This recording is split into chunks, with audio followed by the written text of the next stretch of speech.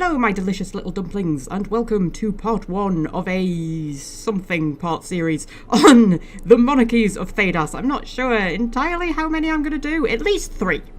At least 3. We might be able to squeeze 4 or 5 out.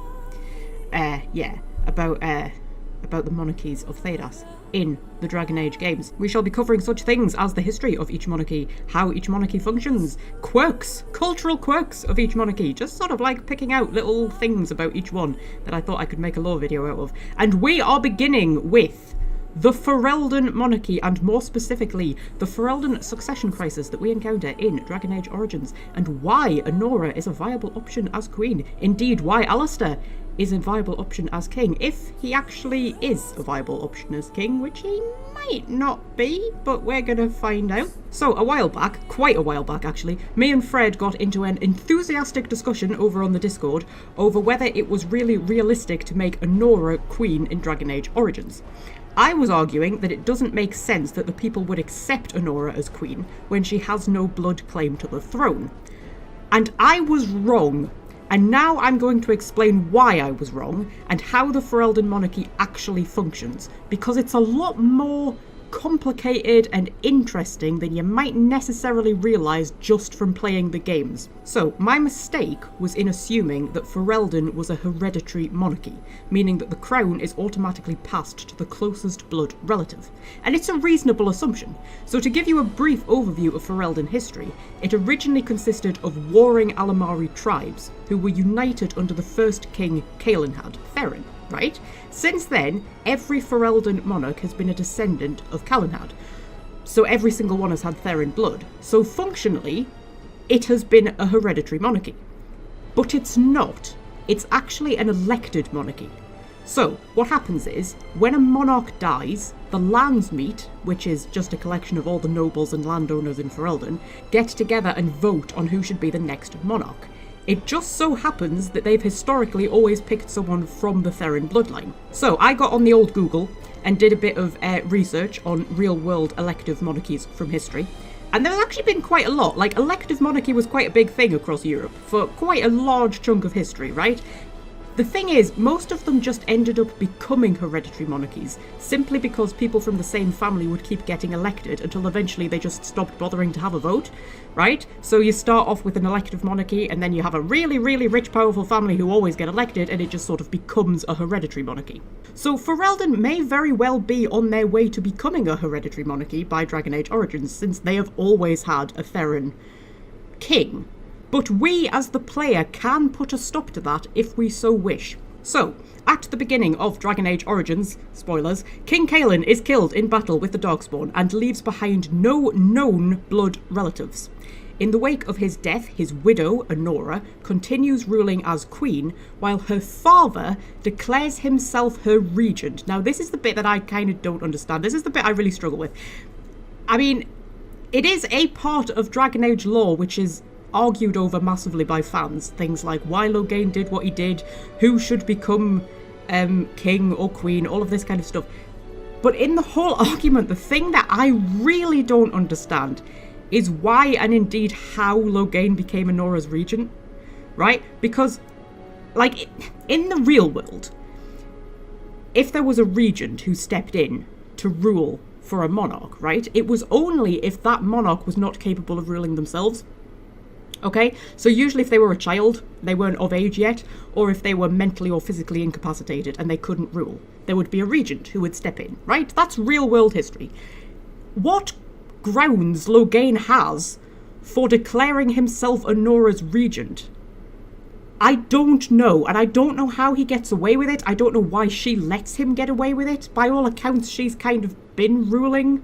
Codex entries in the game heavily suggest that Anora was always the power behind the throne, and was more or less ruling the kingdom herself anyway, that everybody really liked her, they all trusted her, they all kind of looked to her for support and guidance. Why she would let her father step in as her regent, and indeed why the rest of the Landsmeet would let him get away with it, I don't know. Because honestly, I think that if when Loghain had said, right, I'm going to step in and be your regent, if she had said, no, I'm not letting that happen, I think probably everybody would have supported her. And probably they would have likely rallied round and just let her become queen, particularly considering there's a blight going on and, you know, there's like a crisis and they needed somebody to rule, and the thing that really gets me in the whole storyline is how Loghain manages to become Anora's regent. I really don't understand that bit. But anyway, that's a bit of a tangent. The point is, Loghain and Anora sort of get away with that arrangement because there's a blight and a civil war going on and no one is in much of a position to stop them. But there has not, at this point, actually been an election to elect a new monarch. And there needs to be, because that is how the Ferelden Monarchy functions. There isn't just an heir who can step in. There has to be an election by the landsmeet. But since there's, a blight and a civil war going on and it's all chaotic and they just sort of haven't managed to get together for a landsmeet, they sort of get away with it until near the end of the game where a landsmeet is finally called and the question of who gets to wear the crown must be settled. And there are only two options put forward, Anora and Alistair. So, who is Alistair? Well, Alistair is the illegitimate son of King Caelan's father, King Marek, and therefore the half-brother of King Caelan. He was raised as the ward of Arl Aemon, Caelan's uncle. He spent some time in Templar training before becoming a Grey Warden, and by his own admission, he can barely tie his own shoelaces. In short, all he really has going for him in terms of his claim to the throne is his Theron blood, and he has a lot going against him. Like, a lot. Like, Grey Wardens are not allowed to get involved in politics at all, let alone become king. So him being a Grey Warden is a bad thing. He's a bastard, he's an illegitimate child. Now, it's not really made clear exactly how important that is in Dragon Age world, like whether that's as big of a deal as it was in the real world. Like, in the real world, there aren't any particular examples of bastard heirs actually taking the throne. Like, that wasn't really a thing that happened. I don't know how important it is in Thedas, but it's got to be a strike against him, I would think. There's also the fact that, like, just he's never ruled, he's not a natural leader, he doesn't want the throne, and nobody knows who he is. So literally the only thing he has going for him is his Theron blood. Now, it is worth noting that at this point, the Fereldans, or at least some of them, do seem to mythologise the Theron bloodline somewhat. Aemon in particular seems pretty fanatical about having a Theron on the throne, to the point where he doesn't even seem that bothered over whether Alistair would actually be any good at it or not. Like, he's literally just like, we need a Theron on the throne. There has always been a Theron on the throne. Now, there may actually be some basis to this fanaticism. In the comic, The Silent Grove, Theron blood is used to awaken the High Dragons, so it's possible that it carries some magical properties of some sort. And, jumping back to real-world history again, historically it's quite common for royal family lines to be held up as sacred or divine. The best way to justify hereditary rule, because let's face it, it makes no sense to put someone in charge purely on the basis of who their parents were, is to say that their blood is somehow sacred or divine. There is a thing called the divine right of kings, which basically states that the monarch's right to rule comes from God, not from the consent of the people, and that the monarch is God's chosen and can't be held accountable by anyone else, like, say, a parliament or a senate. That is how hereditary monarchy functions in the real world. But here's the thing, Ferelden doesn't function like that, because it's not a hereditary monarchy. The monarch in Ferelden doesn't even have absolute power. They can actually be overruled by the landsmeet. In fact, Ferelden is one of the more interesting nations in Thedas. When you really start digging into the lore, it maybe doesn't come across so much just from playing the games, but if you like really dig into the codex entries and also like the novels, you start to kind of realise that culturally, Ferelden doesn't have as much emphasis on nobility or royalty as the other nations do. Being occupied by both Tevinter and Orlais in the past has made them somewhat distrustful of authority, and they generally will value a person's skills and morals over their heritage. So, like, you don't get a free pass in Ferelden just because you're of noble birth, right? You still have to prove yourself. I get this impression that the Fereldans, they want their nobles to, like, roll their sleeves up and get their hands dirty. They don't want them to be sat in castles wearing fancy ball gowns, throwing parties. You know what I mean? They do seem to value, like, a person's skills and attributes over, like, what family they were born into. And this makes it seem a bit strange that the Fereldans would be the one to have a fanatical attachment to a particular bloodline, while most of the other nations seem to get through royal families like nobody's business. But anyway, getting back to the landsmeet and the monarchy election, exactly what qualifies a person to be put forward as a potential monarch is unclear. There's a lot of talk of people having claims, but exactly what constitutes a claim, I'm not sure. I mean, blood is definitely one. Alistair has a blood claim because he's Marek's son. Aemon says that he and his brother have a claim through marriage, as their sister was Marek's wife, which is interesting, because again, in the real world, that's never really been a thing. You can't really have a claim through marriage.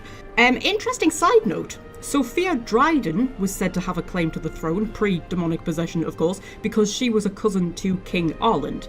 This means that she had Theron blood, which means Levi Dryden has Theron blood.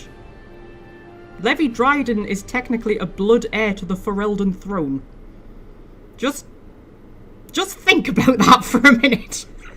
Levi Dryden, and indeed the rest of his family, technically blood heirs to the Ferelden throne. Now, if anything, that just goes to prove that Ferelden isn't a hereditary monarchy, because if it was, the moment Kaelin had died, knights would have been sent out to try and find any potential legitimate heirs, and Levi would probably have been one of them. But is blood really that important to Ferelden? Like, the original King Calenhad wasn't even of noble blood. He was the son of a merchant who basically just rocked up and put his name forward and got elected. So could anybody realistically just turn up at the Landsmeet, put their name forward and say, hey, make me king or queen? The only reason that Alistair ends up in the running is because Aemon puts him there. Aemon is the one pushing for a Theron king. It doesn't really seem like anybody else would have gone out of their way to find Alistair otherwise, even if they knew he existed. As a side note, once you understand how Ferelden Monarchy actually operates, it makes Alistair's initial ambivalence about being the heir more understandable. In the initial conversation with him where he reveals that Marek is his father, you can ask him if he is the heir to the throne, and he responds, Maker's breath, I hope not. I don't think so. You don't think so, do you? I'm a bastard. And nobody even knows about me. I certainly never considered the idea that it might ever be important. Now, some people really criticise Alistair for that, saying that he's an idiot or willfully naive. But once you realise how Ferelden actually functions as a monarchy, it makes more sense. He's not the heir, because there aren't heirs. That's not how it works. The monarch is elected, not appointed. Him believing that his blood alone doesn't make him a viable option for king is perfectly legitimate, and him thinking that it would never become important is totally justifiable. In fact, it wouldn't have ever become important if it wasn't for Arl Aemon and his weird obsession with there needing to be a Theron on the throne. Now, this brings us to Kieran. So, Kieran is Morrigan's son, conceived during a dark magic ritual on the eve of the final battle. Or not, depending on the choices you make. If Kieran is conceived, he has three potential fathers. The hero of Ferelden themselves, if they are male, Loghain, or Alistair. Now, it is commonly said in the fandom that if Alistair fathers Kieran, then Kieran is the heir to the Ferelden throne. I think I've even said it. I've probably said it several times, in fact. The wiki says it. You can have a whole conversation with Morrigan about it in Inquisition. But, when you think about it, he's not the heir. Because, like I've said, there aren't heirs. There are candidates. I mean, don't get me wrong, he could totally rock up and stake a claim to the throne based on his parentage, but he would still have to be voted in. He couldn't just turn up and say, I'm the king because Alistair was my father. Because that's not how it works. He would have to be elected. All of which brings us back to the initial question, Alistair or Honora? Now, I'm not really interested in picking a definitive option for like who should rule Ferelden. You should pick whoever you want to pick, that's the whole point of RPGs. I personally pick Honora in my canon playthrough just because I prefer having her as queen, but I did used to think that it was odd that she was an option since she wasn't of royal blood. Once I started digging into the actual workings of the Ferelden monarchy though, the more I started to wonder, why is Alistair an option? I mean, yes, he's of royal blood, but in an elected monarchy, why should anybody care? And like, aside from Arl Aemon, it sort of seems like nobody actually does care. When you think about it, Honora's claim is based on the fact that she's Kaelin's widow and had ruled alongside him. She was, by all accounts, very good at being queen. The people know her, and she's apparently very popular. The friggin' Empress of Olay even likes her. Alistair's claim is just that he's Marek's son. That's it. He has no experience, no desire for the role. No one knows who he is. He's a friggin' Grey Warden. Like, Grey Wardens are not meant to be kings. And also, being a Grey Warden means he's probably infertile, aside from the whole Kieran thing. So, if they want to keep the Theron bloodline going, Alistair ain't the way to go, love. Like, that's not a good choice at all.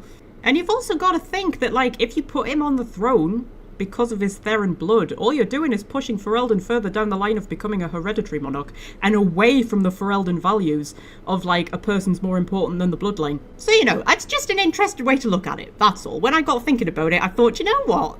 That's an interesting angle that you don't see portrayed very often, because it doesn't come across immediately when you're playing the games. You have to really dig into the codex and the lore to really, like, get an idea of what Ferelden culture is actually like.